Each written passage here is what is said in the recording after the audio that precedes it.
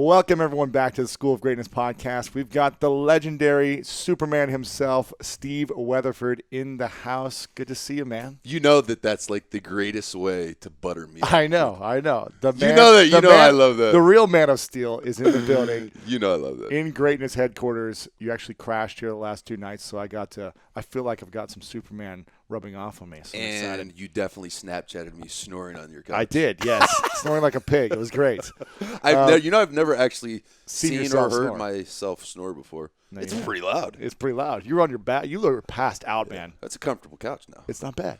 It's We've had Olympians sleep on that couch. I was just thinking to myself, like, we're in the School of Greatness HQ. That's it, man. Which is an honor. This, to me, I feel like this is hallowed ground. I mean, how many amazing a lot of great conversations. I mean, the Wall of Greatness have not only come into this room, but what is reverberated out of this room and inspired, including myself. Like, your podcast has made me enjoy running again. And I hate running. I hear you. You know? I appreciate that. I throw that on, and every once in a while, like, the podcast isn't done, and I've already hit, like, my keep time running. limit, and I'm like, all right, Tay Diggs is going to go for 4 more minutes. I can make it. You know what I mean? I like it. It's cool, man. That's good. So for those that don't know who you are a 10-year NFL vet. You're also an All-American in 2 sports. You have a Super Bowl ring, and you just retired. You were arguably one of the best punters of all time in the NFL, but who's keeping track of stats here? Right? Nobody's. I mean, I got 4 beautiful kids, too. Don't forget about that part. Exactly. 4 kids, and you're only 33. Pretty amazing, man. You've lived a full life already at 33. Well, I was just thinking the same thing about you, minus the kids that we know of. Yes. I mean, dude, we're both 33. 33. What's your your birthday? I feel like that's one thing that kind of like pulled me towards you when we first met on the Summit to Sea cruise. Because you stuck out there. Like, I was a bigger guy there, but you're abnormally tall. No, I'm not that much taller than you. What, 2 inches?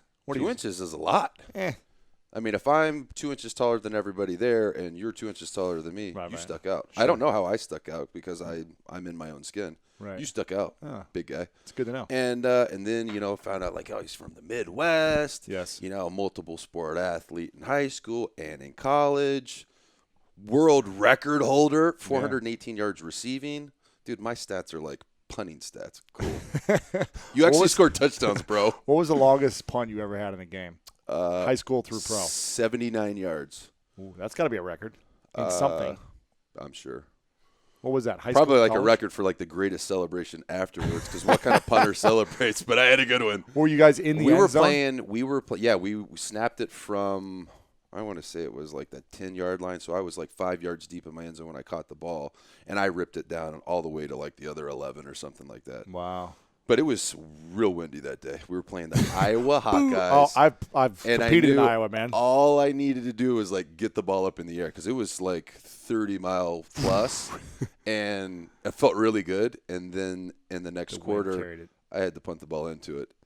I wasn't celebrating quite as much. Dude, I was competing in the it's a humbling experience, my man. I competed in the national championships for the decathlon my senior year. The first time I did the decathlon was my senior year, and the national championships was in Iowa at, where was it? Drake. No.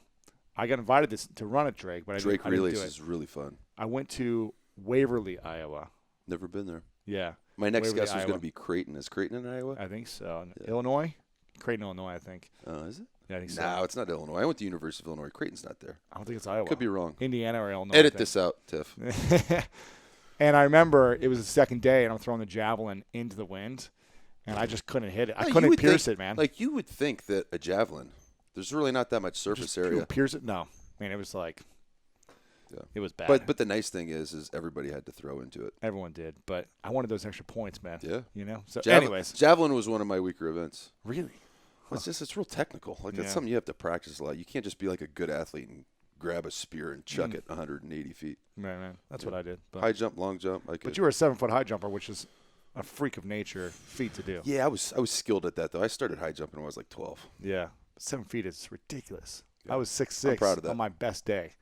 Yeah. 6'6" is pretty awesome, though. Yeah, but you were probably scissor kicking that. No. I was a good jumper, but I had good technique. Explosive, man. Didn't you say you had like some of the most best stats at the combine your year as a punter? What were your stats?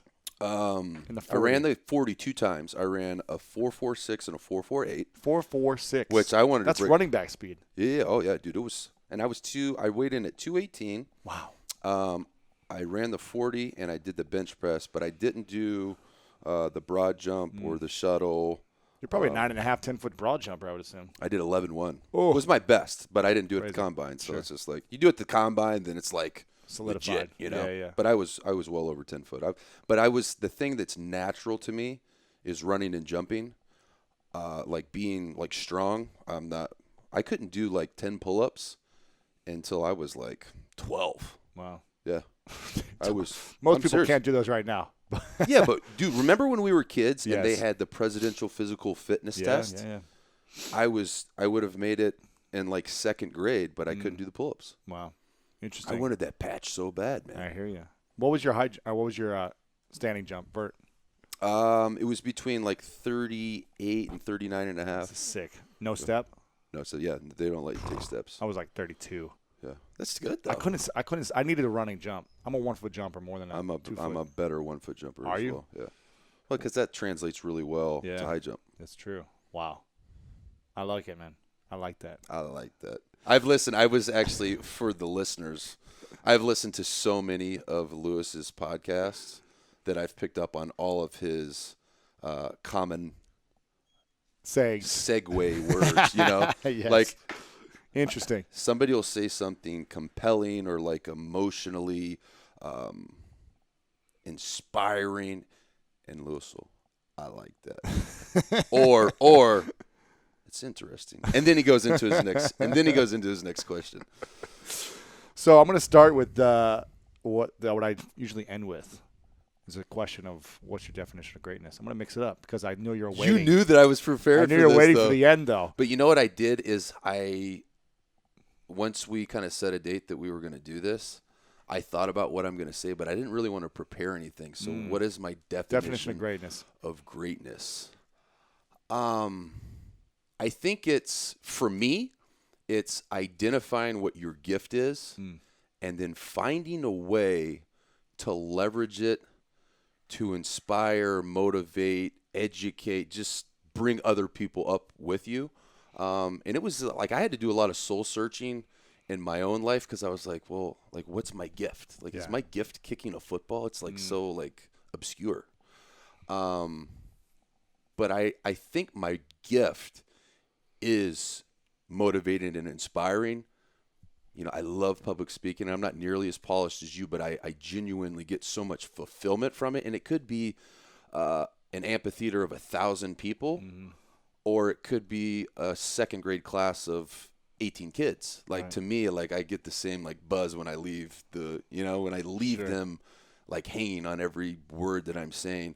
So I was able to take my dream of playing in the National Football League and being a professional athlete, and that kind of gave me the platform to be able to share my gift. And my gift is motivating and inspiring. And, you know, I mean, you know my story, Sure. You know, being a freshman in high school, 108 pounds and having dreams and aspirations of, you know, one day being a professional athlete. And then for me to have the vision of being that professional athlete and set the goal of one day achieving it, but then you have to develop your own plan. And it's not like there were podcasts like yours that would give you the tools that you need to be able to kind of apply into your life and mentors. Because whether you know it or not, you're mentoring millions of people, like literally 1.3 million people per month. Yeah.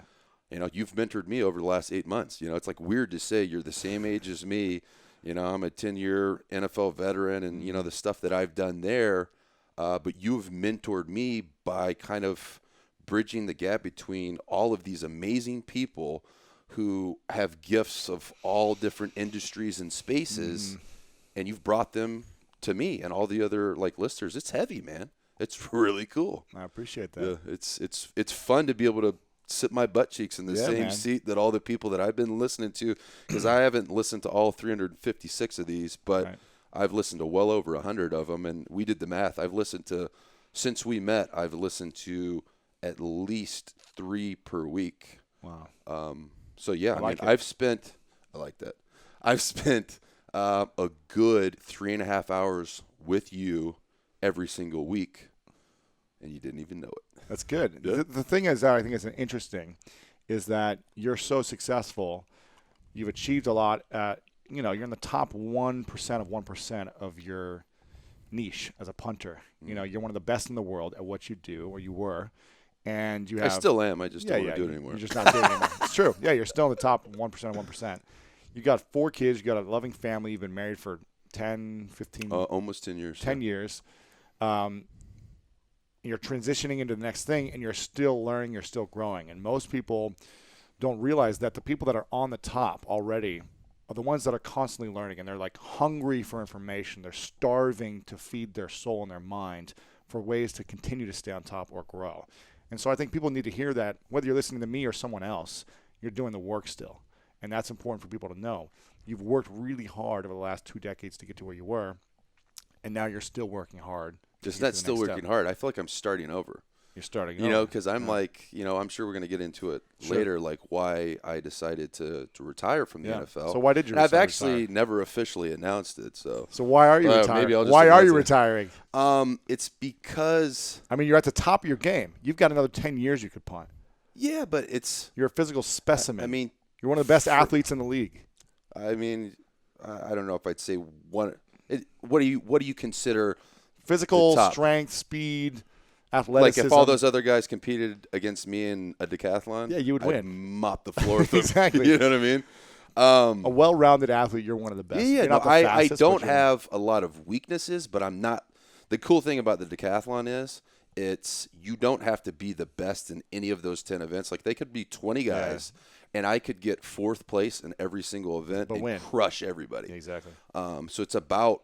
The decathlon is about not having weaknesses. It's one well-rounded. Right. So, like, when I first went to college and tried the decathlon for the first time, I'd never pole vaulted before or touched a javelin or a discus, and those are, like, technical events. Those are hard. Yeah, I was not a good pole vaulter, but, you work hard on something, and, I eliminated that weakness. Now, pole vault was never a strength of mine, but I got it to where it wasn't a weakness. What was your highest pole vault? 14.10. That's good. Mine was like 14 and 14.3, I think. Right. You probably crushed me in javelin, though. Yeah. You know what we should do one day? Go do a decathlon? Go do a decathlon. I'm in, man. I would do it. Yeah, let's do it. Dude, could you imagine running a 1500 right now? Like I would die. Like with spikes on. I would die. With a unitard and spikes? Yeah. I would die. Can we put that in the show notes whenever him and I compete against in that might be the event I can beat you in now, a 1500. That might be the only event. You'd beat me in everything else right now. I'm probably overconfident, but I feel like I could run a 530. 1500. My best was 455. I want to say that like mine was like right there. Yeah, I might have been 457. I might be at 530. I broke 5 minutes. I know that. That's good. You know when? Barely. So how funny is this? When I was 12 years old, I ran a 502, and I don't think I could run a 502 right now. Like if I trained, I could. Also 108 pounds. Yeah. It's a lot harder to push around. Dude, when I was 12, I was like 79. It's a lot harder to push around 240. Yeah. There's no question. A lot harder. That. Yeah. We went and ran the other day, and you were leading the pack, man. That was a fun run. It was fun. That was good. That was a great little route we went on. So why you're at the top of your game? You're making a couple $1 million a year as a punter. Mm-hmm. People still want you. Why say I'm done? 10 years.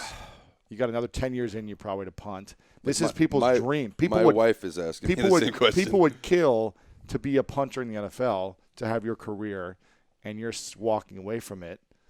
Why? I don't want to sound as if I didn't appreciate it because, man, it was my dream. Yeah. It was my lifelong dream to be a pro. Now, when I dreamed it up, I wasn't a punter. What were you thinking? I was in the NFL. What were you playing? What did you want to play? Something cool, like wide receiver. Strong safety. Not running back, but, yeah, like a wide receiver, safety. What did you play in high school?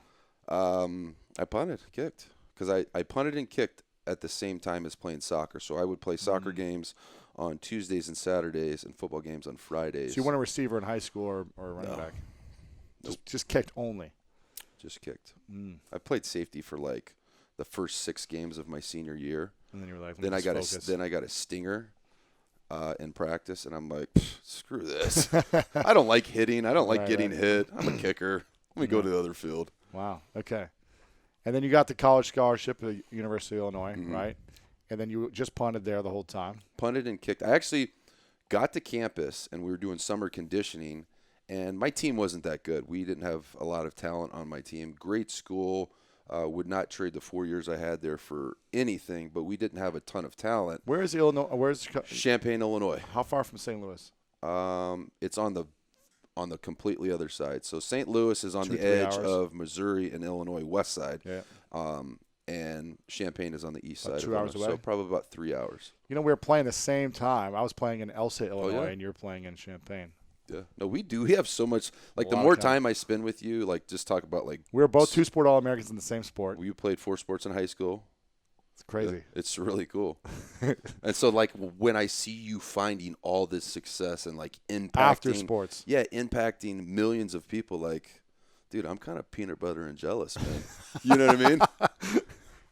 I like I it. am. You know, because you would have loved to play in the NFL. Oh, man, it was Like, the dream. That was your dream. It was a dream, man. And arena football But was what like, you're doing is my dream. You know, maybe it's podcasts, maybe it's public speaking, maybe it's TV.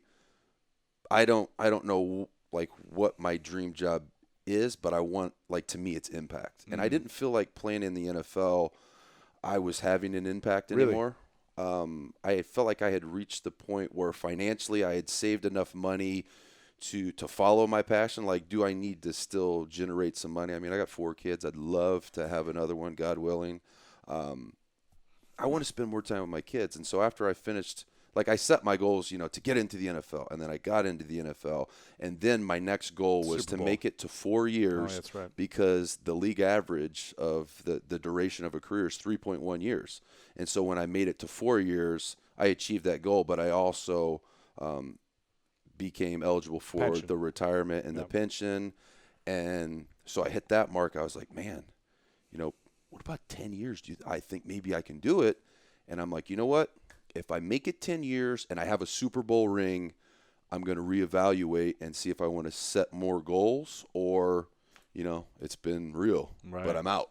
And so really when my mindset changed, I really wasn't thinking about retiring at all before my 10th season had started in the off season of my career, before my 10th season. And I was in Southern California, and my wife was about to give birth to our 4th child, Josie Jacqueline. And my wife had the child, smooth delivery.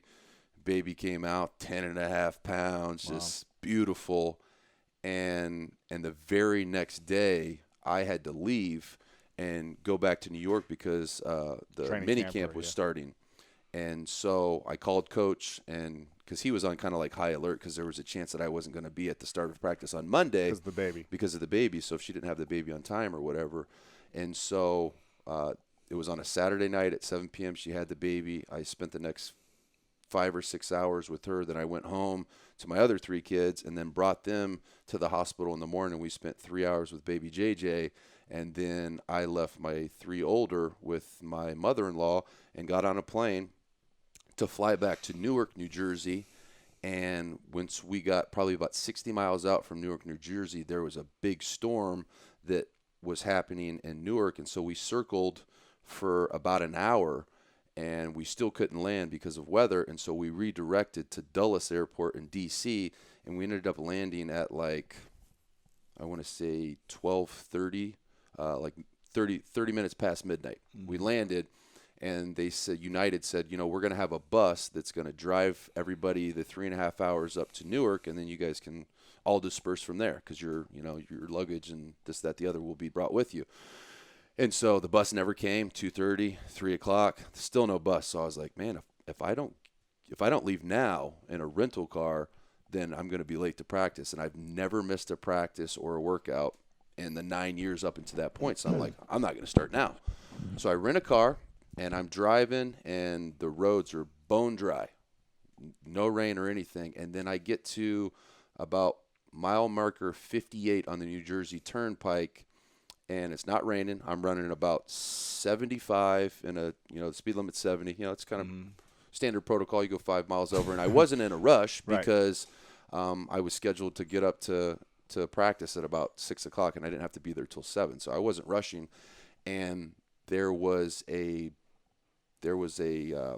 blockage in the drainage system on the New Jersey Turnpike, and I was driving a red Volkswagen Jetta, and I hit that body of water, and my car hydroplaned, and it spun 3 times, and it was almost like it was like slow motion.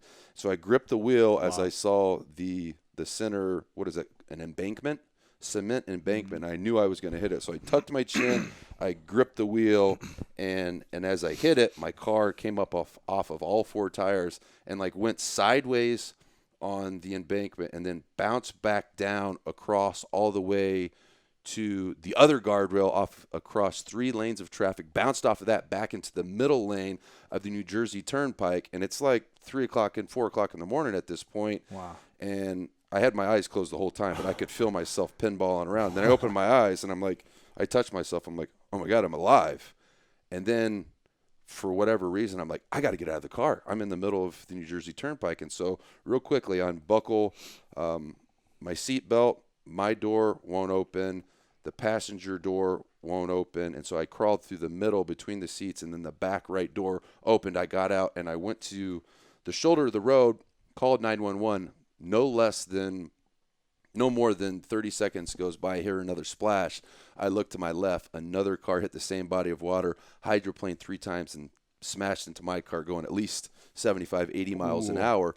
And I rush over there, and there's a big dude, probably 250 pounds, much bigger than me, slumped over the steering wheel, blood gushing from his face. He's unresponsive.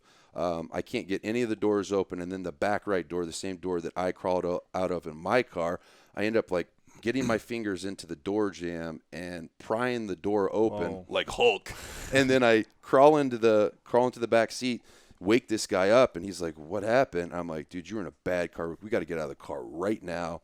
And so I pull this gigantic guy through the middle of the seat. It was like a Nissan Altima or Sentra. And then he like spills himself onto the road, the New Jersey Turnpike, and get him to the shoulder of the road. And the whole reason I'm telling you this story is after that happened, like something in my mind changed, and I wasn't passionate about football anymore. I wasn't like, I got to practice on time. And I was there, and it just like something changed. Like it was, I just knew that wasn't my journey anymore. And so, I was committed to the team. And so I kind of, I tried to fake it, fake the motivation and, but it wasn't there for me anymore. And so then after that season was over, it was like, I think it's time. So, and I've always got the most fulfillment from sharing my journey and sharing my experiences and sharing what I've learned from people in my life like you and the people that you've had on the show, whether it's the 3 gratitudes in the morning or it's perspective or it's, little things that I've learned on the show, like the art of giving, these things that I've applied into my own life, like I picked you up a nice pair of Nike tennis shoes last night. You know what I mean? Because I'm thankful that you let me stay at your home. Sure. Like there's no reason I came here to visit you 2 days ago, and you're like, nah, man, just stay at my house. I'm like, nah, man, I'll go get a place. He was like, no, I insist. So there's just like little things in my life that I've learned from mentors and friends and people who are prosperous. When I say prosperous, it doesn't mean they make tons of money or they drive this car.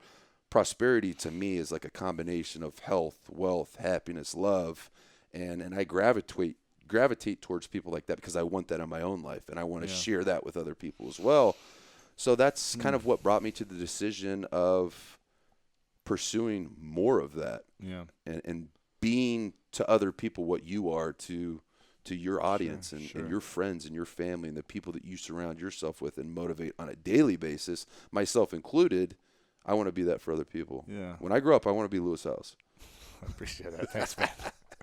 I want to be as fit as you. I don't know if that's possible. Dude, listen, being fit is cool when you go to the beach, but it really doesn't inspire anybody. It's cool on people. Instagram. Yeah, right. You throw a couple filters on there, and you actually look even better. Love it. When was the last game you played then? The last game I played. Like? Did you know that was your last game?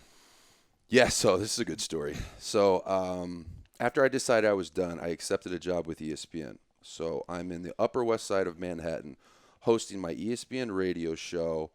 Sitting next to my co-host Dave Rothenberg, and we're taking phone calls, and it's a Saturday at about 11 a.m. My show was from 9 to noon, and we're taking calls, and we're kind of teasing up, previewing the games that are going to happen tomorrow, which would be Sunday. Mm-hmm. And it was New York radio, and so we were talking about the Jets-Patriots upcoming game. They're division rivals. It's a big game because the Jets were killing it at the time, and they were actually like half a game back from the Patriots, and so it was a big game. So I talked about the Jets and their quarterback, Ryan Fitzpatrick, and how he's done an incredible job this season, having the best season of his career in his 10th season. And, I made some really positive comments, but then I also said, he really lacks the arm strength to be able to compete against Tom Brady, which is not a knock on Ryan Fitzpatrick. Tom Brady's probably the best quarterback of all time. Yeah. And we go to commercial break, and my cell phone rings, and I pick it up, and the caller ID says Jets front office. I'm like, my mind is racing. I'm like, oh my gosh, what did I say? Did I say something bad? Because I had their number saved because I used to play for the Jets. Yeah. So I answer the phone, and it's their general manager. He's like, hey, Steve, how you doing? I'm like, I'm doing great. Hey, you wouldn't happen to be in New York, would you? I'm like, yeah, actually, I'm in ESPN radio, ESPN studio, doing a radio show. He's like, what are the chances of you getting to Boston tonight? And I'm like, do you guys need me to do the pregame show? I'm not kidding you. You had no clue what he was asking and for. he was like, no. He's like, our punter has an infection in his shin, and we're not sure if he can play tomorrow. And he's like, we'll give you X amount of dollars. And I was like, I don't have to practice. I just show up and play. He's like, yeah, we don't have any time to practice. He's like, tell me what size jersey you wear, what number you want to wear on the back of it, and I'll meet you in Boston. And so I went up to Boston. It was the first time in my pro career when I stepped in between the chalk lines onto that football field. I had no idea how it was going to go. Wow. Because I hadn't practiced. I hadn't punted a ball in like 2 months. Really? It wasn't my best performance. It wasn't bad. I mean, I think I averaged like 41 yards a punt. Sure. But that was my last game. That was the last game. That was my for last the Jets. game. For the Jets. Before that, it was I played 5 years with the Giants. And so I started my career in New Orleans, played 3 years. Then I played a year Jacksonville Jaguars, 2 years with the Jets, 5 years with the Giants. And then at that point, I was like, you know what? This has been a wild ride. I'm so blessed. I'm so thankful. I'm ready for a new pursuit. What was the last game with the Giants when you thought it was going to be your last game? I was also playing against the Patriots. Preseason game. Oh, it was a preseason game. It was a preseason game. So you retired in the preseason. Well, I didn't announce my retirement. I was cut because my heart wasn't in it, and my salary was, I think it was $2.9 million that season. Get a rookie for $500,000. And so what they ended up doing, final cuts, is they traded a 7th-round draft pick to the Pittsburgh Steelers to get their young punter that I think his salary was like maybe $400,000, and so they're going to save $2.5 million by cutting me. And they had to find a place where they could save money because they were about to give Eli Manning a $90 million contract, and it's really easy to say, hey, what's more important, the weight room junkie punter or Eli Manning, 2-time Super Bowl MVP. Wow. So, okay. But I am so thankful for the Giants. Like a lot of people when they get cut, they're like really sour about it. But I had the greatest 5 years of my athletic life and really my life because, they gave me the ability to pull my son out of the stands in Lucas Oil Stadium while confetti is pouring down on us as Super Bowl champions. And my son's 4.5 years old, and I pick him out of it was like a movie. I pick him up out of the stands. He's like, Dad, we did it. We won the Super Bowl. And I'm like, I start crying, like nobody could make me cry like I cried right then because it's like you dream about sharing something like that with your legacy, with your son. Wow. And so not only was he able to experience it, and I was able to experience it with him, like I asked him, I'm like, do you remember that? He's like, I remember everything. Wow. So, I'm super fortunate that and blessed that he was there for that. And I'm fortunate that my firstborn was a son, and not that I wouldn't want to enjoy that with my daughters, but it's different with your son, because he might play football one day. Right. What was that like going into the Super Bowl game? I mean, what was that whole process like? It was emotionally? 47 miles from my hometown. Yeah.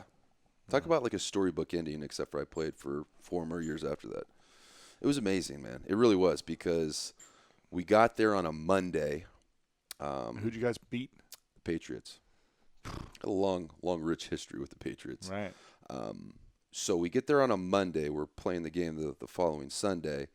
And we arrive, and, you know, like all of the news reporters from my hometown are there. I mean, there's news reporters from all over the world, but from my hometown were there, and they hadn't really interviewed me since I was in high school, and it just kind of brought me back and helped me to kind of realize the gravity of like how far I had come and how blessed I was for the opportunity that I was about to have. And then Tuesday is media day, where they put us in the stadium, and all of the media has an opportunity to interview us. And so after that media day was done at about 2 p.m., I had my parents pick me up in Indianapolis and drive me to Terre Haute, Indiana, 47 miles from Indianapolis. And my high school had a pep rally for me. No way. And it was so cool, man. Yeah, that's really cool. That was my second favorite part of my NFL career, was the pep rally at my high school. My first favorite was the Super Bowl parade in Manhattan the day after the Super Bowl. Must have been nuts. That was unbelievable. So that whole week, you know, there's two teams that one team's going to come out a champion. Yep. How do you not psych yourself out to be like, wow, all I have to do is punt well, and hopefully, you know, Eli does his job and my team does his job, and I'm a champion? Or, you know, what are you thinking about the whole time? Well, you know, because there's media everywhere you go, so it's almost kind of like you're like locked in a hotel for a week. But for me, it was really, I don't want to say easy, but I just relied on my teammates, like, because they had won a Super Bowl in 2008, just 4 years earlier. And so I remember going to like Eli Manning and Justin Tuck and Brandon Jacobs, the guys that had won a Super Bowl 4 years prior, and I was, you know, just, how do I handle this week? You know, I want to play my best game on Sunday. I know you guys want me to play my best game on Sunday. You guys have been here before. You've done it. You had great games. You know, school me up a little bit. And, you know, so they just gave me the advice of, you know, take lots of pictures, but don't emotionally get invested in the hype surrounding this game. Take the pictures, take the videos with your phone, and then when the Super Bowl is over and we're champions, go back and look at them and then revel in that excitement, because if you get too caught up in the hype leading up into the game, you're gonna change the way you approach the game. You know, you're the best punter in the world. Do what you've done for every other game up until this point, and just go out there and play the game. And I took that advice, and it could not have been better advice, because I had the greatest game of my life and the biggest game of my life. My first punt was down to the 2-yard line, and the very next play, Justin Tuck sacked. It was our first possession. We drove down to the 42-yard line, and then we ended up stalling out. We punted. I punted to the 2-yard line. Justin Tuck sacks Tom Brady on the very next play. So the first 2 points of the Super Bowl were set up by you. Were set up by me. But it was one of the things that like validated my importance to the team, at least to me, was after Justin Tuck sacked Tom Brady in the end zone, he went on a beeline straight to me on the bench and like pulled me off of the bench. He's like, that, you know, you gave me an assist on that sack, man. Wow. Couldn't have done that without you. And that must have felt nice. Oh my gosh. Because I mean, dude, punters are not a cool position. You know, like if you're looking at the hierarchy of the team, I'm barely above the water boy, you know? Exactly. But for the 4-time team captain to, at that moment of one of the biggest plays of his entire career, on the biggest stage, to come tell me that and validate my worth to the team, it made it so much more special when we got our Super Bowl rings and I put it on, because he told me, he's like, we couldn't do this without you. And then, you know, I ended up having 3 more punts, and out of my 4 punts, 3 of them were inside the 10-yard line. That's a Super Bowl record, and Wes Welker was the punt returner, and he had 0 return yards the entire game. He's one of the best returners in the game. He never touched the ball. That's pretty sweet. And you guys won by 2 points, didn't you? Yes. No, 4 points. 4 points. 4 points. So on their last possession, they technically could have kick the field goal to win if that wasn't for the safety. So, yeah, you can play, if this would Right, have happened right, or that right, would have right. happened. But, to me, what Justin Tuck said to me validated my entire career. That's pretty cool. And it was special. I'll never forget that. And when Wow. he retired, I actually wrote him like an open letter. And I'd never told anybody that story before, but I posted that as a tribute to him when he announced his retirement. Because a lot of the guys that I came in with are retiring now, but they have a whole lot more mileage on the tires. They had concussions and surgeries. They're getting hit every day. And me, man, I'm super fortunate. No concussions. Actually, I think I had one, but undiagnosed and no surgeries. Only one marginal injury. So I'm walking away from the game healthy. With enough money in the bank to pursue what I'm passionate about. I didn't make $500 million, but I made enough to be able to say, I want to do what I want to do now. Right. It's great, man. If I can make money within my passion, that's fantastic, but I'm not handcuffed to be able to have to do that. So what's missing in your life then? You've created a lot. You've achieved your dream. You're still 33. You got 4 amazing kids, amazing wife. Health is on point. I mean, it could be a little better. You're a little chubby around the waist. I'm a little soft on the side. What's missing in your life? That's a good question. I've never really asked myself that. You ask good questions, Lewis. You drive this show well. Thanks. What's missing in my life? I have, when I was 15 years old, the first goal that I really set out for myself was I always wanted a family. I always wanted a family. Why? I don't know. The way my dad fathered me and the things he did for me and the way that he, mentored me, and he was patient with me, and he, unconditional love for me. I wanted to give that to my kids. And so that was a really, really big motivator for me, was to get married and start a family, and I've done that. I wanted to have multiple kids. I've got 4 and love to have another one, but I feel like I definitely have everything that I wanted as far as my family is concerned.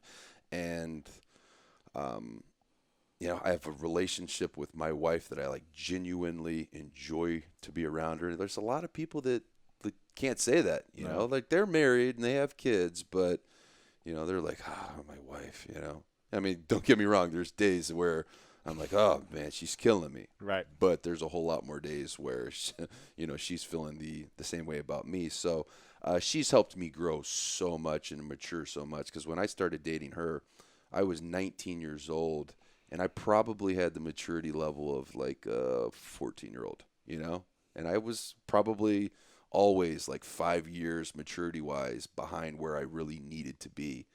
And she's helped me grow up a lot. I mean, I'm 33 years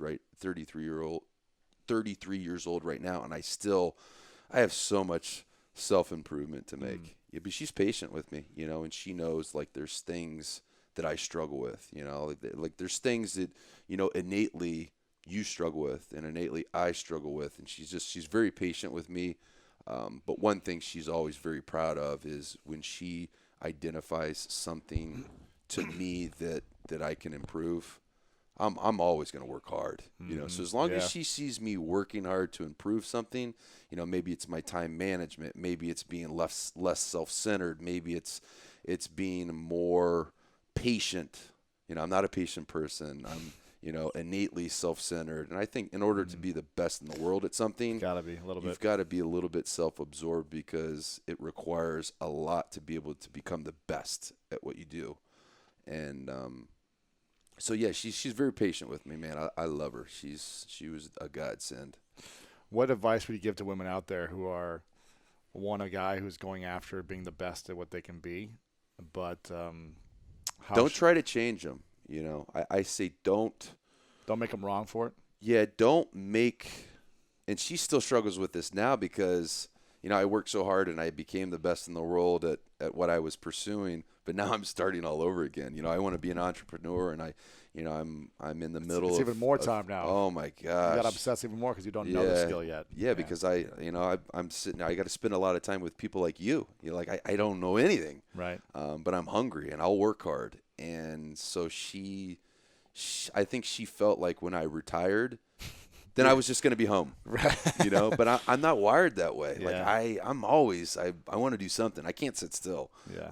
I got ADHD like next level. Yeah. But I've been able to use that as a benefit, almost as a weapon. When I was in school, it was really difficult. I couldn't sit still, and I know that you weren't a good student in high school either. And I don't want to say school wasn't for me, because I enjoyed school and I enjoyed classes that I was interested in. Yeah.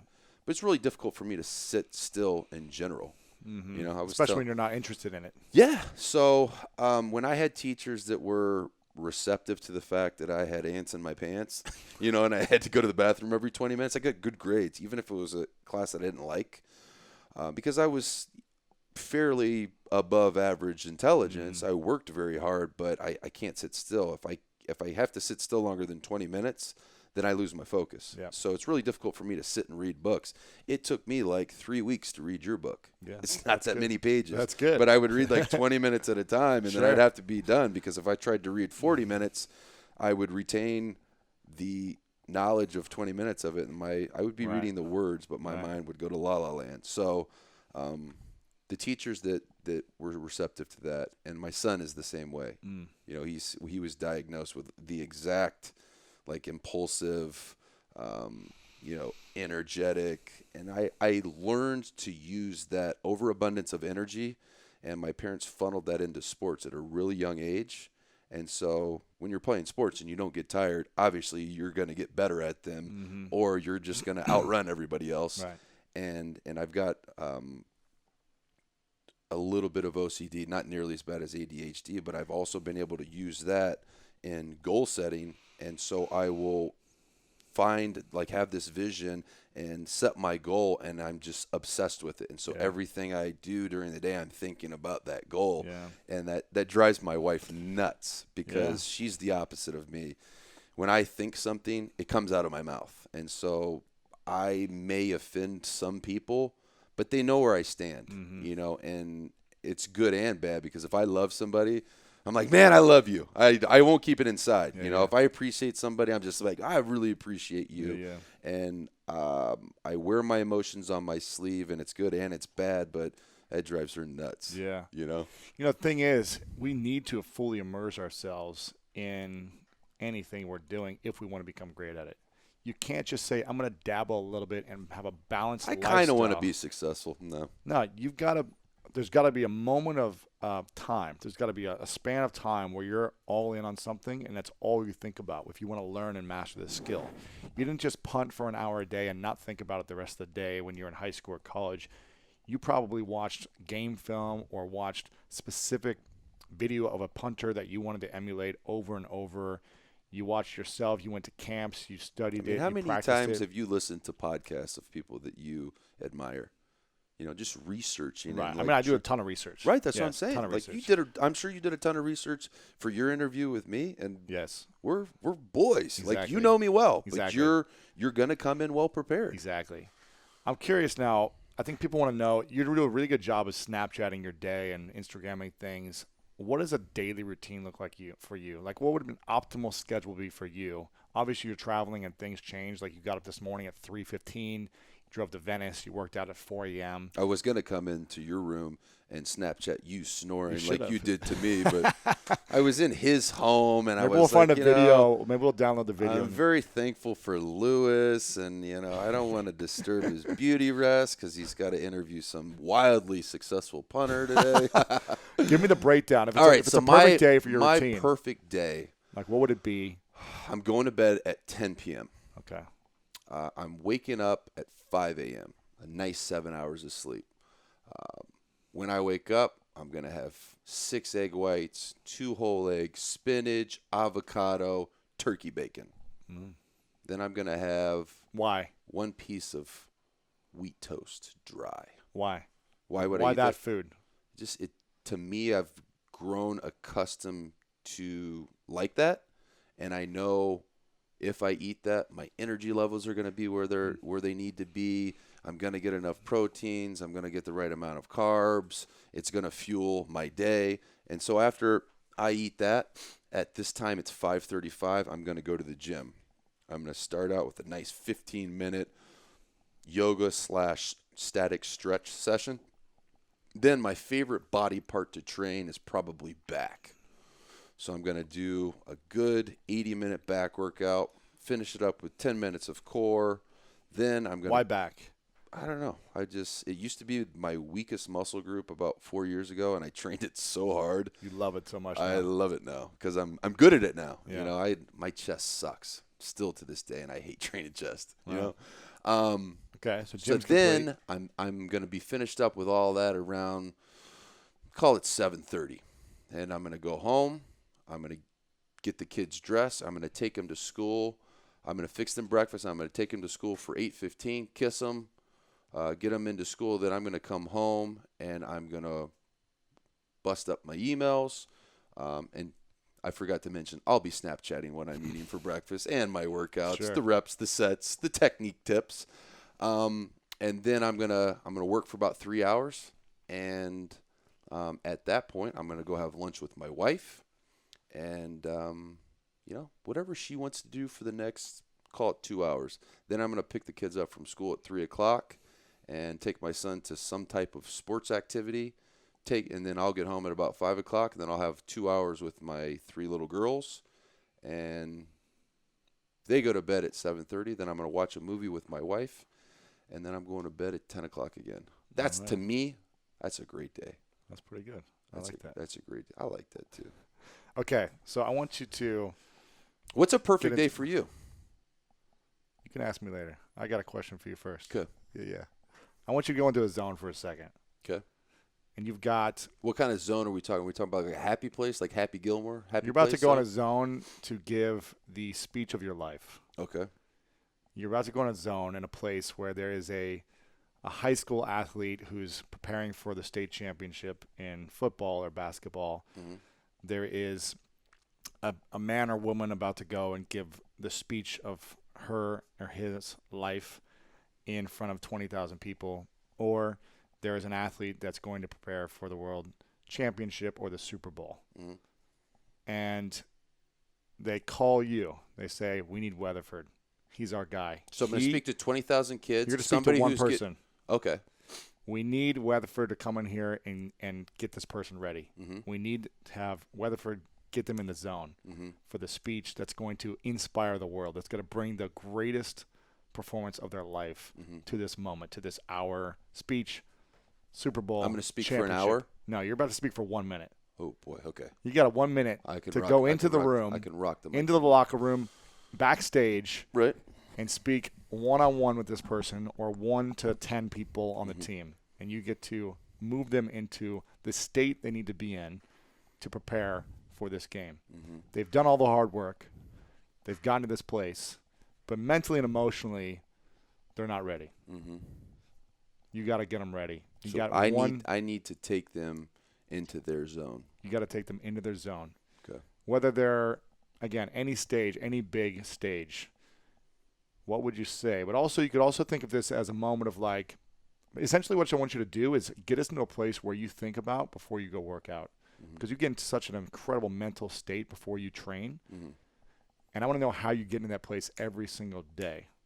So how can you Some give days us... it's harder than others. Sure. But if you're going to give me the speech of my life before I go into the biggest stage... Let's say you're in the Olympics for the handball team. And I'm about to go on. And you've got an injury.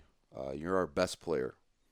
And I need to get you ready. You got to get me ready. To win. Mentally, emotionally. To bring it home for America. That's it. What would you say? 1 to 2 minutes. 1 to 2 minutes. All right. Give me your hand up when he's got 10 seconds left. You know what? I'm a big quote guy.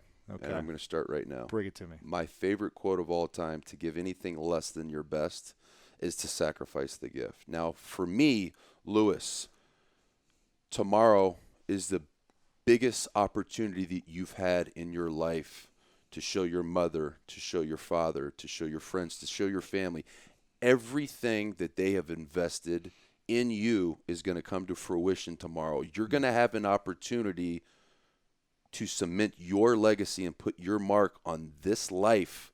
And it's not only affecting you, it's affecting every person that you've met, every person that you've spoken to. You have the opportunity for them one day to say, I knew him. I coached him. I taught him. I was his preacher. I rode the bus with him. You have an opportunity to inspire every single one of those people who has ever touched your life.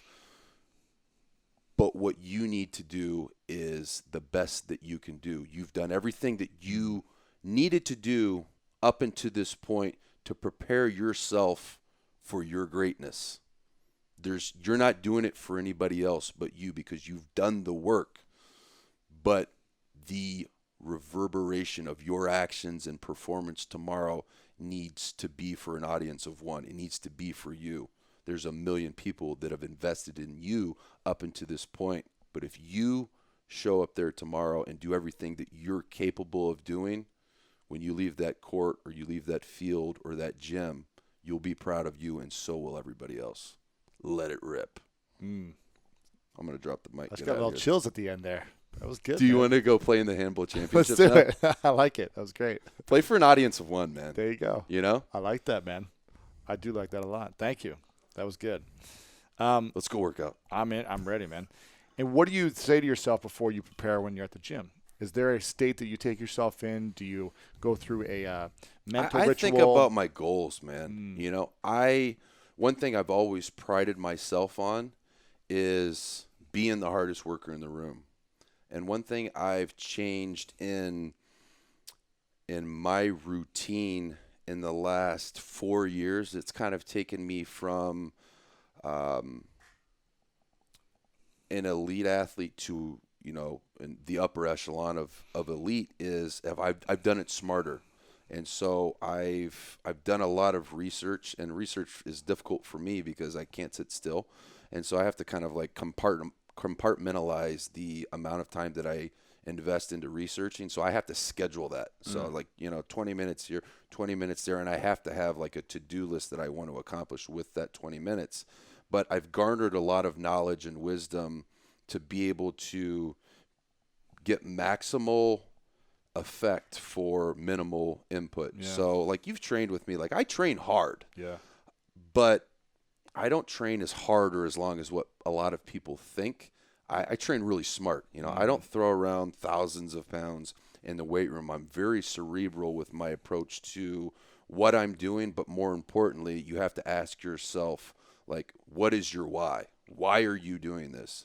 Are you doing this just because, like, you saw somebody do on Instagram doing it? Or are you doing it because it's going to be a cause and effect? If you do this, you're going to get that. And so my approach to nutrition, my approach to training, my approach to recovery, my approach to kind of attacking your day, the way that I'm able to be most efficient and get the most out of every 24 hours that I have is planning. I mean, it's because I'm a bad time manager even now, but I've been able to accomplish some pretty amazing things because I plan my day out. So every Sunday before I go to bed, my business partner, Michael Martucci, and I will sit and write down goals that we have for the following 7 days of things that we want to accomplish. And some of them are within my family because he actually lives with me now. Some of them are within business. Some of them are fitness related. Some of them are relationship related. And I map out kind of, I don't want to call it my to-do list because it's not picking up laundry. It's not going grocery shopping. It's more things that I want to accomplish for that week. Now, my week never goes exactly as I planned, but you have an overall arching plan for that week. And then I break it down into days. And so at the end of Monday is like the day that I attack the most. You've spent a few Mondays with me, man. We get it. You know, I only slept 2 hours last night, but I knew it's Monday, and no matter what the weekend had in store for me, I get up early on Monday because that sets the tone for the rest of my week. That's the most important day for me because I'm setting the tone for my mindset, my productivity, my efficiency, just everything. Yeah. So tired or not, I've got this routine on Monday. I call it Monday momentum. Like today is the day that I create momentum for myself and carry that through the rest of the week. Now, will I crash and burn tonight and probably sleep like 9 or 10 hours? Yeah.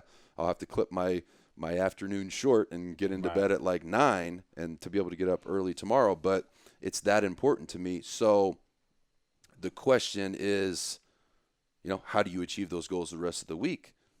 At the end of the night on Monday, I'll go back and look and kind of self-scout myself. Like as an athlete, you self-scout yourself when you play a game. You play a game on Sunday Night Football. You'll come in on Monday and watch the game film with your team and see the things that you did well and identify the things that you did poorly. And then the rest of the week, you work on your weaknesses to improve them to hope to execute better the next Sunday. And I do that every single night. Do you have a planner, or do you just have a notebook that you use? Yeah, my phone. I've always got my phone on me because I treat Snapchat like a video diary. Right. I mean, I'm Snapchatting all day, but the reason that I do that is, man, I get to do some really rad stuff. Yeah. Like this. This is a very cool life experience for me because this is a show that has motivated me to do things that I'm uncomfortable doing. Things I've never done before. Yeah. It changes the way that I live my life. It changes the way that I treat people. It changes the way that I love my friends and my family. And it's taught me a lot about myself through other people's journeys of successes and failures. And so I think for me, it's about self-scout. So I self-scout myself every single night to see how I did in that day, identify what I did well, give yourself a pat on the back, and identify the things that you did poorly and try to, lock and load for the next day. What's the thing that you think people could learn the most? What's something that a lot of people are missing that you think they could learn about you to gain experience from, that they could be better in their lives from by something that you do? What's missing from a lot of people that you see? A lot of people that follow you, ask you questions. What are most people not doing that you think? Most people don't do enough positive self-talk. They don't speak things into existence. Every single morning that I wake up, I tell myself out loud, today's going to be a great day. And I will literally talk. I will tell myself exactly how the day is going to go. Like like my buddy Mike, my business partner's with me pretty much all day, every single day. And every single morning we'll get in the car on our way to wherever we're going. And I'm like, man, today's going to be a great day. We're going to go to this meeting and I'm going to crush the meeting. And then, we're going to go and do this podcast and I'm going to deliver, the thunder in there. I'm going to leave these listeners with something that's going, at least it's just one thing that's going to change their life or the way that they live it or the way they treat people or their view, their perspective on chasing their own dreams. And I'll positive self-talk myself through the perfect day. Wow. Exactly how everything is going to go. Does he do that, Mike? I did it. I did it this morning. I do it every morning. Does he ever say anything negative out loud? If I say something negative, he'll shoot me down right away. Turns it right to positivity. If you say something negative, he'll shoot you down right away. I've said a few negative things, and Mike won't be like, dude, you got to be positive, but like, whenever he he'll says have the something look on negative, his face, and he won't even have to say anything. I'm like, you're right. When he says something negative, though, you Yeah, instantly I switch knocked it. I knocked that out. What will you say when he says something negative? I'm like, no, you're wrong, man. It's going to go exactly like this. And then he's like, I'm just being realistic. I'm like, no, you're being negative. You know what I mean? My buddy Matt is more of a realistic person, and I'm like, come on, I let's be don't believe positive. in realistic, man. I mean, what do you set out for the day to be realistic? No, man. I set out in the day to crush. Yeah. I want to crush the day. Every single thing that I do during the day, I want it to go perfect. Yeah. Does it? No. But I have. But if you come from a realistic place, not even the expectation. I have the dream that it will go. And up until this point, I got up at 3:15 this morning. We got a great workout in this morning at Gold's Venice, which is like the mecca of fitness and bodybuilding and weightlifting. Had an awesome workout there. Then we went and had a great breakfast on Venice Beach. Then we showered up. Then we went to my meetings. I had meetings with NBC today for, possibly being on some really cool shows like, possibly Dancing with the Stars. I don't know if it's going to happen, but when I left that meeting, I felt great. I crushed the meeting. And then we left there. We went to In-N-Out. celebrate. Give me a triple patty, animal style, hold the cheese. And then we went to the park. We ate those, Snapchatted the whole thing, and then we actually saw poor homeless guy sitting sleeping under a picnic table next to us, and I searched through my car to see if I had any food in there. I wish I would have seen him before I ate that gigantic hamburger, because I had to given it to him and gone back and got another one. But I had some Jack Link's beef jerky. I gave him that, and a Quest bar that I took from your pantry this morning. And then we came here, and I could not be more excited for how my day has gone, but for this opportunity right here. So yeah, if to go back to your question, what could I share with other people that they may not be doing right? Positive self-talk. Like, you have to see things happen in your life before you can do it. Like, it's visualization. And I learned that as an athlete. Yep. Don't ever go out on the field of competition thinking about what you don't want to happen. Because there's been times where it's 2 minutes to go in the game, the ball snapped from the 4-yard line. My heels are on the back of the end zone, and I need to hit a good punt because we're up 2 points, and if they get a field goal, we lose. You don't ever get in that situation of like, man, I hope I don't shank it here. I hope I don't catch it fat and it goes 15 yards out of bounds. Because once you let those negative thoughts in your mind, they manifest. And that's when negative things happen in your life. But if you are in a place of positivity, and it sounds so cliche, but man, I'm telling you, I encourage people to try it, to think about the perfect scenario. And before I go out, it's third down and, we had an incompletion, now I have to go out and punt. I'll close my eyes, and even if it's just for 3 seconds, and just rerun the clip in my mind of what the perfect play would be for me. Don't think about, oh man, it's wet, it's windy, what if the long snapper skips it back to me? I don't want to think about negative things. All I can control is me, and I see myself hitting a 55-yarder out of bounds. And you go out there, your percentage chance of hitting the perfect punt is higher, much higher, because you're thinking about what you want to do, not what you don't want to do or you don't want to happen. So it manifests itself inside of your brain, and your brain is the most powerful muscle you have, and it controls so much. And it's kind of like that the movie on Netflix, the book. I say the movie because I can't sit down and read The Secret. Yeah. It's like the energy that you project, you attract. Yeah. It's the same thing for being an athlete. Like, if you think positive things, chances are, if you've worked hard up into that point and you truly believe that it can happen, it's going to happen. Yeah. And the greatest example of that I have had in my life was the Super Bowl. Yeah. And it sounds cliche to say it, but I saw myself having the greatest game of my life. Before it happened. And then after the game was over and I'm holding my son and confetti's coming down, and then I start crying, and then there's Al Roker interviewing people. Like, it was surreal. And then you hold the Lombardi trophy. And I remember the long walk from Lucas Oil Stadium in this underground tunnel that, like, fans couldn't get in. So it was like a safe passage to our hotel. And I remember getting to the after party and, like, Kenny Chesney singing and, everybody's spraying champagne everywhere. And I always thought, like, in my mind, I'm like, man, if I ever win a Super Bowl, I am going to get so loaded, Sure. And I got to the party, and, my mom and dad are there, and my sister-in-law Betsy and her husband Todd are there, and they're like my favorite people in the world. My grandmother is there; she's like my best friend, and my kids are there, and there's beers everywhere. And I grabbed the first beer I could find, and I took like 2 drinks of it. And I remember, I'm not kidding you, I remember looking at my wife. I'm like, I'm not going to finish this because I don't want to feel any different, Because I've had nights where, you party so hard and you don't even remember the night before. I did not want that to happen on this night because there was so much self-sacrifice and discipline and people investing in me and giving me opportunities maybe that I didn't deserve, or giving me love, unconditional love that I didn't deserve, or compassion. And it all led up into this opportunity for me to play for the audience of one, but for it to touch them.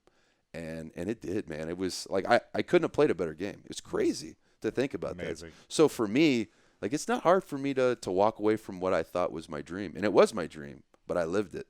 And now I want to take that experience and share the tools that helped me to be able to not only get to that level and get to that opportunity, but then grasp it and squeeze it for everything that I could. And then when it's over, just to walk away and feel fulfilled. That's great, man. You know? That's great. What do you think is the biggest obstacle in your way now for getting what you want? I would say it's focus, because there's so many. I'm overwhelmed right now. You know, I feel like there's like so many things I don't know how to do. I feel like there's so many things that are out of my control. I feel like I don't know where to start. You know, it's overwhelming because I have dreams and aspirations of where I want to be in this journey, but there's so many things that have to happen in between now and when I reach that place. Yeah. And so it's just, to me, it's about being a taskmaster and focusing on one thing at a time. And I think if I can do that and surround myself with positive people who will encourage me but also teach me, then I really don't feel like I can fail. I feel like it's going to take some time, but I'm okay with that. I've never, when I had the dream and the vision and I set the goal of being a professional athlete when I was 14 years old, I was 5'8", I was 108 pounds. I didn't share that dream or that goal with very many people, because the people that I did make the mistake of sharing that with, they laughed at me. It's not a good feeling for you to have a dream or have a goal and have somebody just not even shoot you down, but laugh at you. Yeah. There was No fun, there man. was one guy who bullied me every single day. Hey, Joey Satarski, if you're listening to this, thank you for your motivation. That's good. He bullied me every single day for like 2 years. He made me hate school. Wow. And I remember coming back after the summer between I finished my freshman year, and I literally lived in the weight room. Because of this guy. He wasn't my main motivation, Right. but he was a motivator for sure. He made me miserable. Wow. And I remember coming back after the summer break, and I left school at, I don't know, like maybe 125, and I came back at like 145, 150. And I wasn't jacked, but I had put on a lot of weight. More confidence, yeah. I put on a lot of weight, and I started to feel myself a little bit. I'm like, I hope Joey Satarski comes up to me. You know what I mean? I still was only 150 pounds, Right. but I feel like I had earned the confidence. And so it was a pivotal moment for me because I felt like I earned the right to stand up for myself at that point. How important is mastering your body and your health in terms of achieving any other goal in your life? That's one thing I really love to go and speak to kids about is my formula for prosperity, and it's real simple. It's identifying what your vision is, and for me at 14, my vision was to be a pro athlete one day, and right now my vision is different, but I'm just as far away from being where I want to be in this journey as I was when I was 14. There's a lot of things that I'm going to need to do before I'm able to realize that, but I've already done it once. I know what it takes, and it's just about maintaining my focus, trusting my plan, and then, working every day and being diligent and consistent and optimistic and positive, because, you have your vision, and then, okay, that's my vision. That's where I want to be. You set your goal, and then after you set your goal, you have to spend some time researching and seeking out advice and wisdom and humbling yourself to people, providing them value so they want to help you. And then you can put this plan in front of yourself of what you need to do. And that's the third step of the formula for prosperity. And then the fourth step is where 90% of people will fail in reaching their full potential or reaching their goal and making that dream become real to them. And it's work. Yeah. You know, people just, they don't execute. There's dreamers everywhere. This is Los Angeles. There's dreamers everywhere. But how many dreamers are consistently making that daily investment, that daily sacrifice that it's going to require in order for those tiny, very small decisions over time, the compounded interest of sacrificing this to get just that much closer to your goal. People have a real problem choosing what they want 10 years from now to what they want today. Right. And I did that, and I was able to be able to experience, you know, seeing the manifestation and the culmination of all of those sacrifices and all those times that instead of going out and smoking cigarettes and smoking dope and drinking beers with my buddy, I decided to go to bed and wake up early and, you know, put the work in the weight room. And it's not just about being in the weight room and, you know, going through the motions. It's being committed and being present in that moment and invest in everything you have, because that's one of the things that I love about fitness is it's one of the only things in life that you're going to get out exactly what you put in. You know, doesn't lie. You're a really kind person. Yeah. You're a really generous person. You're one of the most well-rounded guys that I know, but you're not always going to get what you deserve, man. You know? But if you take that well-roundedness and you funnel that into a fitness journey, you're going to get what you deserve. Like you can't cheat on a diet and then expect the results of your body to reflect the sacrifice because you didn't make it. Yeah. You know? So that's one of the things that, you know, I don't use my body to compete in athletics anymore. But we were talking about it the other day. There's something I really enjoy and I admire about people when they walk into the room and they're real fit. Not like, oh, he's pretty fit. Like I'm talking about a 1%er. When a 1%er walks in and they don't even have to have their shirt off. I'm just talking about somebody's got a T-shirt on, but you can tell they're tuned up. There's several things you can tell about them instantly. You know, you can tell that they practice self-discipline, self-denial, consistency, hard work, having a vision, a work ethic. So all of those things you can tell about somebody without them even opening their mouth. Right. And that's one thing that I like about fitness because it says a lot of things about me when I enter a room that I don't even need to tell people. You know, they know I'm a hard worker. They know that I'm goal-oriented. They know that I'm willing to be disciplined and work towards a goal. Like you don't, I was going to say arrogant to say, but you can't look that way with genetics.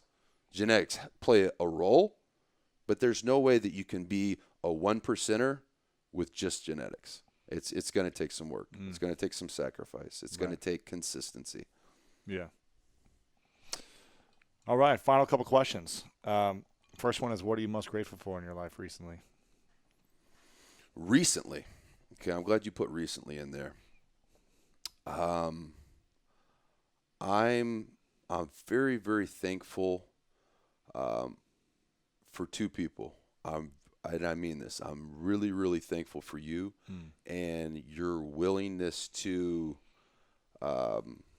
just give, man. Because I don't feel like I have nearly as much to offer you because, you know, I'm not good at what you need. I can help you get bigger arms. You know what I mean? I can help you get a six-pack. Yeah. I mean, those are important things to have as part of the full scope of what Lewis House is. Yeah. But you have so much more to offer me, and you've been, I mean, every single time I call, every single time I text, every single time I FaceTime you, and I FaceTime you a lot. I FaceTime Lewis 80% of the time versus a phone call. Yeah. The only time I don't FaceTime you is when I don't have very good service. And I've already tried to FaceTime you and then it won't go through, so then I'll call. But your willingness to just be transparent with me and honest too. You're like, Steve, I don't think you're doing it right, you know? And you're not arrogant with it. You're not boastful. You know, I mean, you've built something that's impressive on a multitude of levels, but you've remained incredibly humble and willing to, like, you want to rise the tide. You know, you want it to rise, not to just bring your boat up, but all of the boats that are in your vicinity, you want them to come with you. And it's very rare. You know, you don't belong in Los Angeles, man. You know what I mean? I think you're like an evangelist out here for how people should live their life. I appreciate You belong that. in Ohio, man. Thank you. You belong in the Midwest. I know. I'm from there, man. That's why. So to finish your question, it's most, because you said most recently. Now, if you would have said, what are you most thankful for? Real easy to say my wife and kids, because they're going to be with me for the rest of my life, and they were my life goal, and they're my life purpose. But most recently, you and my partner, Michael Martocci. He's a very good balance for me. He's actually very similar to my wife. He's very, very good at what I'm not good at. And, dude, he's a 21-year-old kid. Amazing, yeah. But he's a hard worker, and he's receptive. He gets a little grumpy at times. He's sitting here smiling at me right now. But I'm very thankful for him, because he is helping me fulfill my dream, and I couldn't do what I'm doing right now without his help. And That's it's cool. kind of weird, but, I mean, he's giving me guidance too, because, you know, a lot of that, you know, the knowledge that I need is in books. Right. Guess what? You're not reading them. I don't get along with books, dude, unless I it's know. on an audiobook or a podcast while Right. I'm running. I'm not going to garner that knowledge. So Yeah. most recently, that's what cool. I'm thankful for. I appreciate that. Thank you. I love you, man. Appreciate it. Okay, this is the three truths question. So what are your? I didn't prepare for this I don't one even either. need to cue this up. So No, what, so what are your listen. three truths? Steve Weatherford, you're a Super Bowl champion. You've got 4 kids. You've been on countless fitness magazine covers, but they're all gone. Exactly. So what are 3 things, what are 3 truths Yep. that you want to share with the world that you know to be true before you die? You got it. Is that it? That's it. You got it. This is Perfect. episode 356, and you're here with Steve. 3 truths. You're going to die. That's one of them. But it's not that's going to happen. It's like, what are you going to do in between the moment that you realize that is going to happen and now, you know? I mean, it's a heavy thing to think about, that, you know, as hard as you're working and hard as I'm working, when we die, we can't take that with us. No. You know? But, like, what are you going to do in between now and when you die that's going to impact people? Because that's why I'm retiring from the National Football League, is I want to have a legacy.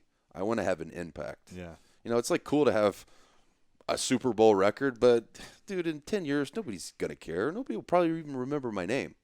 You know, but they'll remember if I impact their life, you know? I don't want to be remembered for entertaining somebody, you know? Yeah. Although I felt very blessed to do that. It was so much fun. Yeah. But I didn't feel like I was making an impact anymore. Yeah. So that's one of them. You're going to die. Okay. The second one is you're always going to get out of life what you put in, because even if you don't get the tangible return, knowing that your investment was the best that you could make, your return is knowing that you did your best. So that's one thing that helped me mentally with, like, performance anxiety before games. Like, you're going, oh, I'm playing in the Super Bowl tomorrow. There's going to be 79 million people watching. If you make a mistake, guess what?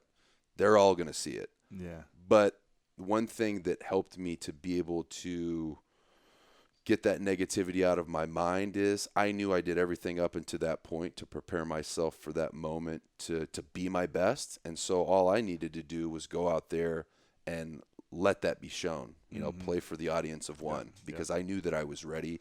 And if I do my best and I fail, I'm okay with that. And that took me a while to be able to kind of embrace, but just giving your best in life, you're gonna get that in return. If you don't get it in the return of your goal or a Super Bowl trophy or $1 million, you're gonna get that in a return of the fulfilling feeling of knowing I gave it everything that I had. Yeah. What is my third truth?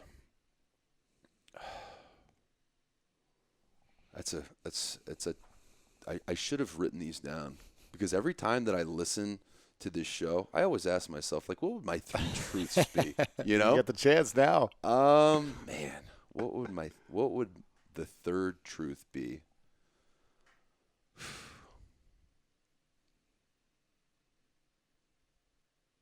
I mean, to me, I feel like when I ask myself that question, the one thing that always I think in my mind is that you have one life to live and grow, grow, because every mistake that you make, every failure that you have, like, to me, my mindset is I'm going to win or I'm going to learn. So when I live my life, I don't spend any time thinking about when I fail, because that's an opportunity for me to grow. And that's also another thing that, as an athlete, was athletics taught me that. Athletics taught me that, you are going to win and lose on a scoreboard, but in order to evolve as a person and on a smaller scale, in order to evolve as an athlete, you need to learn from those mistakes. Right. And so I just encourage people that, I guess, to sum that truth up, is you're never going to lose. You're never going to fail. You're going to win or you're going to learn. So don't let the fear of failure paralyze you from trying. Right. Because when I was 14 years old, I'd never touched a football in my life. And the high school football coach comes over to the soccer coach and he's like, hey, we don't have a kicker or a punter. Do you have anybody that, you think that has a strong leg that could do it? And I was 108 pounds. And the soccer coach points over. He goes, that kid over there, he might not look like much, but he's got a good leg, and he's a cocky little wiry bastard, Right. And so the coach walks up to me. He's like, do you want to be our kicker? And I'd never touched a football in my life. And I'm so thankful that I had the courage and the bravery to try something new, and not try something new and not try to fail. Try something new and give it everything you have. Yeah. Don't be afraid to fail, because you're either going to be really good at it or you're going to learn. Yeah. So don't let the fear of failure paralyze you. I like that one. Don't let the fear of failure stop you from achieving your greatness. Boom. This has been Steve Weatherford on episode 356, The School of Greatness. I like it. Okay. Before we close, I want to acknowledge you for a moment, Steve. I want to acknowledge you for your incredible realness and your ability to visualize any dream and spend years going after it and make it come true. I also want to acknowledge you for your huge heart. You're a big guy, but you've got an even bigger heart, and you give more than you give yourself credit for. You give constantly to your friends, to people you don't even know. You're constantly giving to your following, showing up consistently every day in such a loving, huge way. And you do something that you say that you make seem so easy and so simple, but for a lot of people it's almost impossible, and that is being positive every single moment. I don't know if I've ever seen you in a negative state, like Mike said, and that's a gift that you have to inspire positivity in other people. Like you said, it's the thing that most people don't do. It's the thing we need the most, and you are leading the world with positivity. So I want to acknowledge you for your incredible inspiration. You're incredible. It's my favorite compliment ever, man. You're an incredible example. You lead by example constantly. You may not you say you may not be the smartest guy in the world, but you lead by example of your actions, with your integrity, with your hard work, and those are a couple of qualities that you can't fake. And I'll always have you on my team, man. I appreciate you and I acknowledge you for your gifts. So Thank you, man. I appreciate that. You've already said the definition of greatness. So I want to ask you one final question, but before we do, where can we follow and connect with the legendary Steve Weatherford?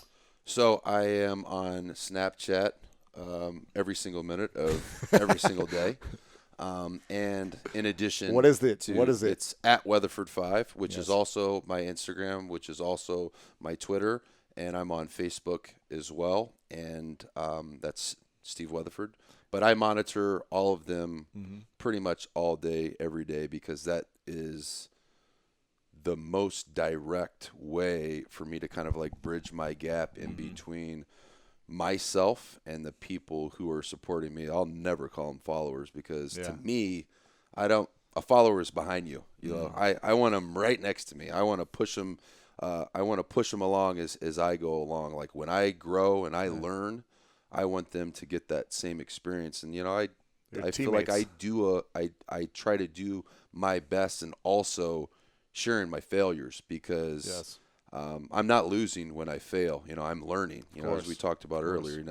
I'll share the Super Bowl stories and all that, but I try my best to share the shortcomings and the failures in my life and how I'm learning from those. So I love social media. I don't think you'll probably have somebody on the show that's more active on those platforms than I am because that's the easiest and most efficient way for me to share my journey and share things that I learned from amazing people in my life like you. So I want to thank you, man. It's been a lot of fun to be on the show, but it's been a really special relationship that I've had with you because you came into my life at a time where I needed that guidance. I'm transitioning from one career into another, and I don't want to say I was lost because I knew where I wanted to go, but you need somebody in your life to show you the roadmap to get there. So, you've been incredibly helpful and generous and thoughtful and transparent with everything that you've learned from the people that you've had in your life that have mentored you. So, muchos gracias, Of course, man. Of course. And you also have a book coming out, right? I do. So, and it's called Armageddon. Is that right? It is. So if you guys want to learn how to get in shape like this guy, like Superman over here, you're coming out with your first ebook on how to get bigger arms, essentially. Yeah. So it was. Is there a website for this that's going to be coming out? The story of it is to me what makes it most exciting. I'm going to give you a 90-second condensed version of how I kind of like stumbled upon this journey. My whole life I've been into fitness. At 14 years old, I had to change my body in order to pursue my dream. And one thing that had always bothered me, I'd be on these different fitness magazine covers, but one thing that always bothered me is I always had small arms by comparison to the rest of my body. And so once I decided that, my football career was gonna be over, January 1st, I wrote down my New Year's resolutions. And the first 3 or 4 of them were, I want to be a better communicator with my wife. I want to, be more present with my family and, put my phone away when I get home and be more in the moment.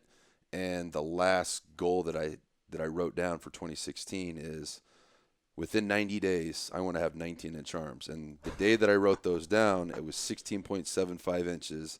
And it took me 104 days. But I went from 16.75 to 19 inches, which is That's hard to do. 2.25 inches.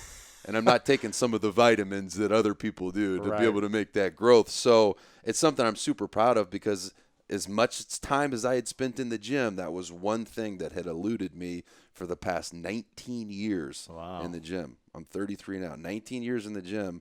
And I wrote this program down. I was never planning on turning it into an ebook, but I wrote my New Year's resolutions down. I put them on Instagram because to me, if I make those resolutions and I share them with everybody on Instagram, they're going to keep me honest. So if I knew I put it to a timeline of 90 days and 90 days went by and I didn't have 19-inch arms, the people that support me on Instagram and Facebook and Snapchat, they're going to be like, dude, what are you doing? Your arms look the same.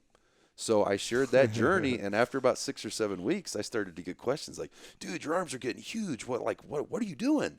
And it was about like the 8-week mark. I had like another month to go, and I decided I wanted to put it into an ebook and share it because it was working so well for me, and it was something that I always struggled with. So now I'm coming out with Armageddon. What's the site going to be? Do you know the link? Oh, it would be through his Instagram and Weatherford. Okay, Yeah. so follow you on all Instagram. Of, all and of it'll be the out there. I'm going to be sharing it heavily on Instagram at Weatherford5, in the Snapchat, next Twitter. month or something, right? It's Yeah, coming I'm out, hoping that it's going to come out in the next 4 weeks. The programming is done. Cool. The story behind it is done. Yep. You know, the daily and weekly motivation. And, you know, I tell the story of like, hey, it's week 5. Yeah. This is exactly where I was at. This is Right. what I was thinking. It's fun because I tell the story of exactly like I went through it. Yeah. And so I'm excited to share that with people because I've never done any. I've never written a book before. Mhm. You know, I'm That's not a great. New York Times bestseller. You know, I'm a punter. No, it's So, good. It's but gonna be great. you've been super helpful with Yeah. me of arranging it, and you know Sure. now I'm kind of putting together the promo videos to put on Facebook so people can kind of see where I was, a before and after picture. Right, And right. It's gonna be a lot of fun. cool, so man. I'm excited. people are gonna love it. So look out for Armageddon. Follow Armageddon is coming. Steve. Follow Steve. He'll announce it soon. And the final question. Let's do this. Since I already asked you what's the definition of greatness, let's do. What's the question that you want to ask everyone listening to answer? So if I can ask all of the listeners, all 1.3 million Yes. that downloaded it Yes. this month, what would I ask them? What's the question you want them to answer over on Twitter with both of us?